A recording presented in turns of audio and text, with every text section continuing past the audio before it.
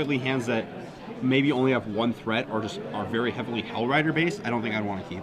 Right. Hellrider, after watching that last game, seems very unimpressive. It seems like it's very hard for James to get to a board position where attacking with Hellrider is better than something else. Right. Whether the other thing, again, he hasn't seen an image, he hasn't seen a metamorph, he hasn't even seen a blue land. That card could just be a liability. Copy it, kill you, thanks. Which, I mean that's definitely something where Nick could just come back from behind. James tries to all in him, and he's like, okay, gotcha. Yeah. GG. Yeah, these clone effects are very important in this format. There's a lot of very powerful creatures. So players drawing up their opening hands. Yep. So it looks like Nick Veccie has... I can see 2 lands. Couple lands. So looks like Nick's keeping, and that's a turn 1 Birds of Paradise for James. So, I mean, that's about the ideal 1-drop. Land Oil sometimes, but Birds helps you cast your spells. Nick probably debating between a 1-drop or killing the birds. Can't see his full hand, can't make the full decision. Right, but Fume Spitter immediately trades. Totally acceptable. So James is he's not ramping out as much as he would like, but he did draw a Copperline Gorge. Passes the turn. The green-red decks are light on 2s and 3s is part of the issue with them. Nick Veccie has Diregraph Ghoul, probably the other spell he's debating. Just Diregraph Ghoul, Swamp, pass. James probably looking at a EOT Incinerate maybe. Looks like he has a Batterskull in his hand, actually. Yep, that is definitely Batterskull. And good choice. Batterskull is probably very important in this matchup. Doesn't really die, gains you back your all spells into your life. It looks like he has oh wow. James has Huntmaster and Dismember and Batterskull in his hand. This is exactly what he wants here. James dropping to 18, and obviously this is the kind of draw that he wants Distress against. Oh, and there's the first blue. There's the blue. So now James has got to be wondering, okay, you have blue, but what do you have blue for? Right. Nick also has a Tragic Slip in hand, and James misses a land drop. Back to Nick, bashing him down to 14 because of a Dismember for the Ghoul. Blows the Dismember on the Ghoul? I mean, is that correct? I probably would have saved it, especially because you're 1 land away from these Huntmasters. It's not even like the red deck where you have to save all of this life. You just need to stabilize at a reasonable amount of life to not get messed up. Nick just has another land. It looks like his hand's probably a bunch of removal and images. And there's Huntmaster. Huntmaster comes in. James going back to 16 life. And looks like Nick doesn't have a counterspell in his deck. Nope. It's probably just bluffing, sitting there thinking. So Nick's 5 lands to James's 4. Standard winner box number 3. James is a Huntmaster, but Nick can just image right back, make a Huntmaster. That's actually not as good as you think it is because the clones don't flip. That's right, they certainly don't. But gives him a board presence, makes a wolf.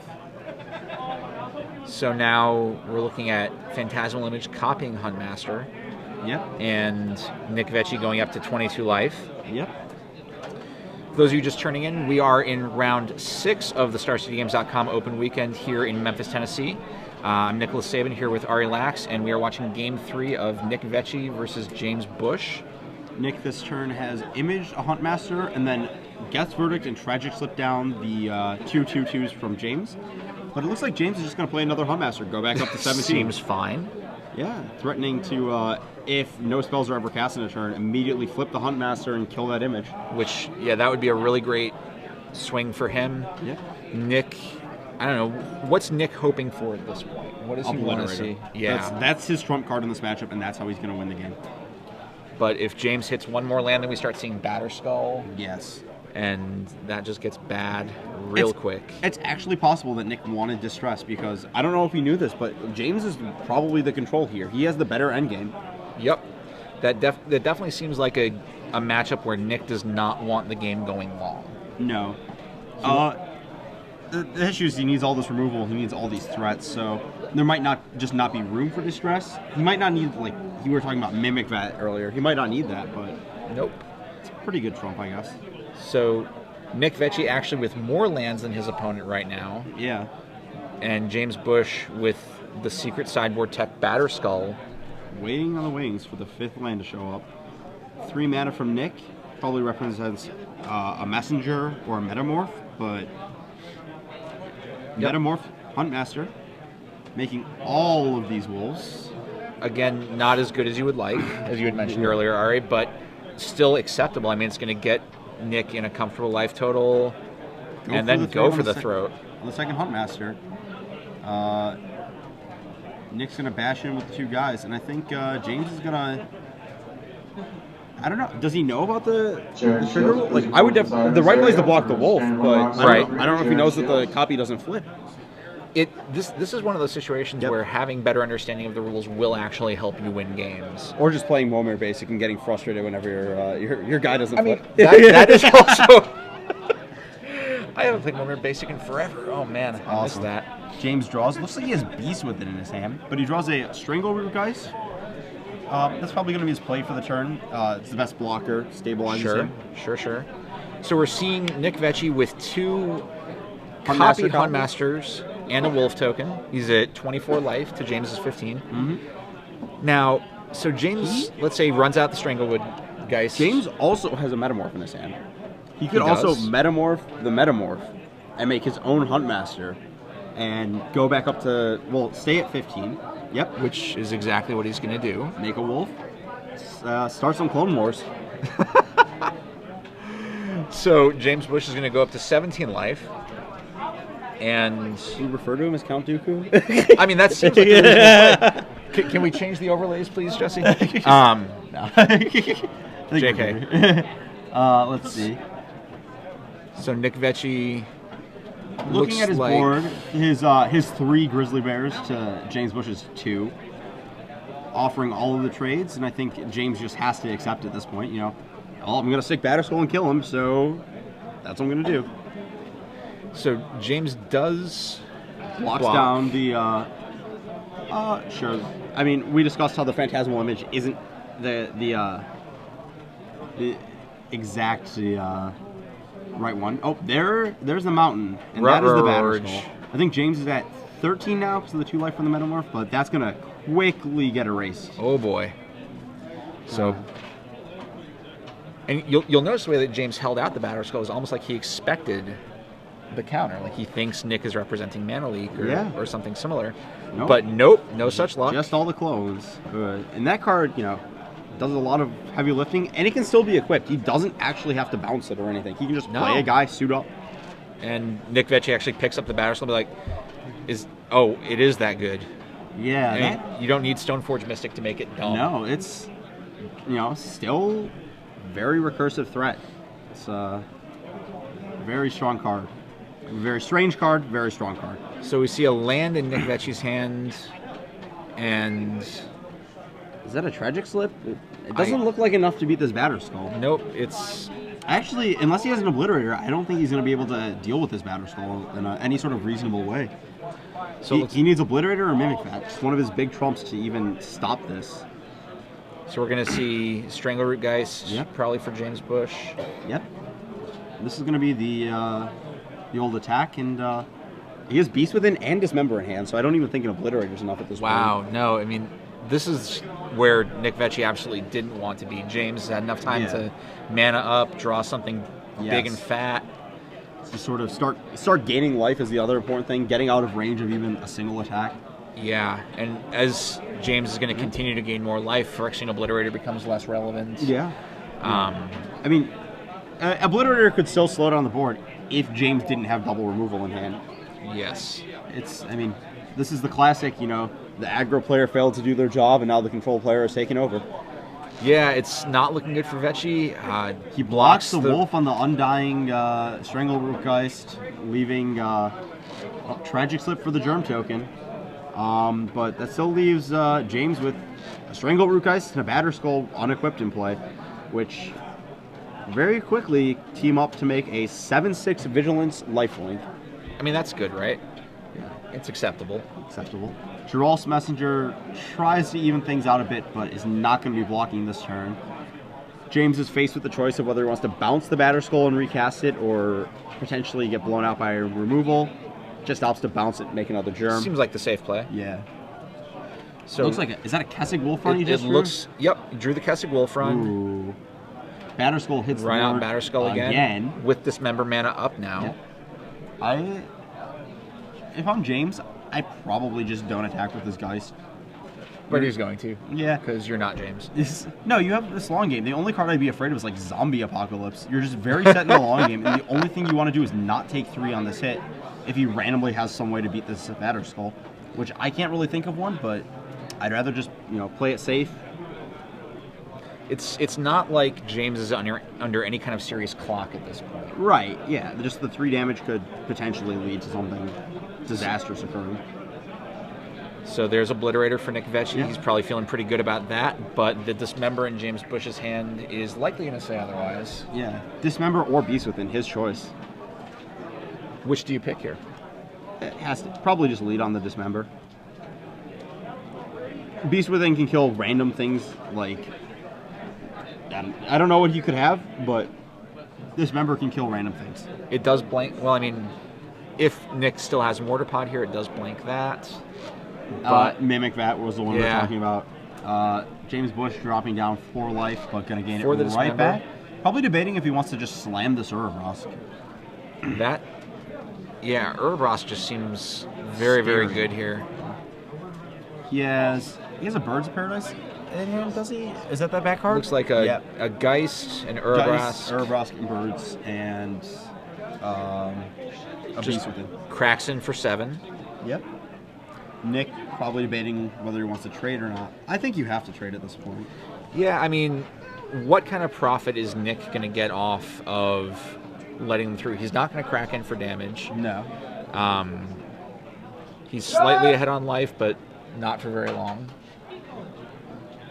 And so Nick is just tanking on this one, trying to figure out what he wants to do. Mm-hmm. But there don't seem to be any good choices here, just picking the least bad. Yeah. Again, Nick's deck really is not set up.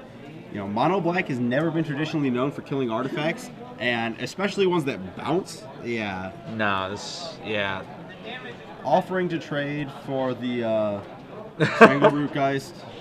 Undying counter moves right over to the Messenger, and James effectively deals 4, gains 2 on the attack off the Batter Skull's lifelink and the Undying trigger from the Messenger. Birds of Paradise hits the board, and James just kind of looks content to sit here. He's got a good board position. He's not he has under another any kind of Geist in hand. pressure. He's just not casting. Opted to Dismember with the wrong mana, probably. Didn't activate Wolf Run either. Just probably playing around. Is there any single way my opponent could kill my Batter Skull? I just don't want to lose this card, so I'll have the bounce available points. Right. I mean, you could ostensibly see a line where James has to bounce the Batter Skull during his... No, that seems bad. Well, there could just be like a random shatter effect that he's like, I don't know what could happen besides Batter Skull dying to lose this game. Sure. So, looks like we're back to James Bush. Can't tell what the last card in his hand is, but he's pretty dominating board position. Attacking with the Batter Skull into the 4/3 Messenger. Nick isn't obligated to block, but yeah, I don't think you can block in this case. No. Trading for a Germ token and then getting it bounced and recast is just that's nightmare. Not where you want to be. Mm-hmm. So, though, given how James has been playing this game, he's probably not going to want to bounce this Batter Skull for a long time. Like, if he bounces it, it could get discarded, so he's going to just leave it in play even if it dies until he can play around Mana League, based on how he's played this game. And, I mean, the one advantage of Nick having this slower hand is he's able, I mean, entry fee is $10. he's obviously putting James on thinking he has Mana League. Yes. And so he can play that to his advantage. Yeah, but he really needs to get some action on the board. In order to take advantage of that, he would need some sort of way to beat the Batter Skull that's on board, which he just doesn't have. There's a guess verdict. It's going to take out the birds. Seems not fine. what he's looking for. Whereas it looks like James might have Green Sun Zenith in the grip. He does. James taps out the birds before resolving Geth's verdict. Potentially representing Beast Within. And Tragic Slip on the Germ token now for Nick Veccie. Yep. Gives him just a little bit of breathing room. It's not great, but yeah, not horrible either. Let's see. Yeah, he has a lot of options here. Life totals have been updated, 11 for Nick to 12 for James. James can get another Huntmaster. You can play this Urabrosk. Yeah, 11. I'm just doing some math here on whether it might be worth playing some. Yeah, I probably would have played a creature this turn, or would play a creature this turn, so that next turn you can kill him through a zombie apocalypse. That is actually the only card I could think of. Oh, that's it. There's okay, Tragic Slip, killing the Batterskull token. Yep. Okay, so changes things a little bit. Getting a Huntmaster presumably with this Green Sun Zenith. That seems like the optimal play here. I mean, yeah, there's really nothing else. Yeah, this Green Sun Zeniths are just extra copies of these very good creatures. You know, I want to play 8 Huntmasters. I want to play 8 Strangleroot Geist. We can do this. It's a ridiculous card. I mean, just like we had discussed earlier, it gives you such versatility. It's also skill testing. It allows you to outplay your opponent, or conversely, if your opponent not is outplay your stronger, misplay. Underplayer, yeah. It seems a worthwhile risk. Agree. Huntmaster comes in, putting James with 4 power to Nick's 4, but this Batterskull is just taking over the game from the moment it hit the board. It's something for which Nick really has no easy answers. He has to try to land some more dudes, but James going to drop to 10 from this Dural's Messenger attack, probably. I can't imagine a scenario where I want to block. No. Blocking definitely not correct. And there's an the Obliterator. Nick might think he has a way back in, but I think this Beast Within is going to prove otherwise. So let's see. James has 6 lands right now. Yeah. Not enough to both Beast Within and Batterskull. What's he got? He has Strangleroot Geist, Urabrosk. Is that 2 guys? He's shuffling a little bit faster than I can read these. I think that's 2 guys. I think the play is it's either Geist. Yeah, he's got 2 guys. It's probably just Geist and pass the turn and Beast Within on upkeep. The other option is just passing the turn, flipping the Ravager, and then Beast Withinning on upkeep. But I don't think he's quite to the point where he's going to start trying to flip all the ways with the Ravager. The other thing to consider is that if you wait the turn and then Beast Within, he could draw a Tragic Slip and punish you for killing a guy. But yeah, this looks like just a main phase Beast Within. Perfectly reasonable. I mean, he's not going to be able to attack through it, but yeah. At this point, he's not worried about attacking. He's just worried about keeping the board relatively stable and proceeding from there. Because he has this Batterskull, he has the inevitability. So James drops Bush, down. Yep, there's the Geist. Passing the turn. Yep. And I don't know. I mean, looking at Nick's deck list, it's kind of hard to identify what he actually wants here as potential outs. I think he just has to draw removal spells from this point and kind of keep the Batterskull in a manageable range. So it's a Gravecrawler, definitely not what he's looking for. Passing the turn is not what I would do in this case. I think you need to start pressuring him and hoping to keep him on the back foot. You know, he's at 10, assuming we just missed the 4 damage from the last Dural's hit. And you know, just forcing the block with a Geist or forcing the block with anything is where you need to be right now, I feel like. So yeah, if he attacked with both, there's not really that great blocks for James. He can trade away the Huntmaster, but that's not that great. Let's see. This Urabrosk in hand's not going to come down. I think is that a Llanowar Elf, it looks like? Perhaps. This might be a time to just shoot up this Batterskull. $10 draft number 5. Come on to the side of the Tapping series. 6 mana to do $10 this. draft number 5. Really? Fixing it. There we go. All right. That is equipped. Not the Geist? I would equip to the Geist. Ooh. Oh that boy. Is the Batterskull equip, no spell, flip the Ravager, probably just take the Gravecrawler out, eat a mana. You know, at this point, you actually want Nick casting spells. Yep. Because now, if you flip it back, you just get more wolves. This is... Yeah, Brutal. This is definitely not where Nick Veccie wants to be right now. He's at 9 life. Facing James it. Bush going up. And I think they're checking whether or not the Ravager actually triggers the Batterskull ability here. And I believe so. It is sounds- Ravager doing the damage. It sounds correct. I'm just going to double check that real quick on my robot. The joys of having a judge in the booth. Oh, yes. And the number of judge apps. So let's see. Ravager of the Fells. Whenever this creature transforms, Ravager it deals deals- 2 damage. So the creature is the source. Batterskull will boost the life, which just makes this particular combination all the more ridiculous. Now, at this point, Nick Vecchie's board state really isn't evolving at all.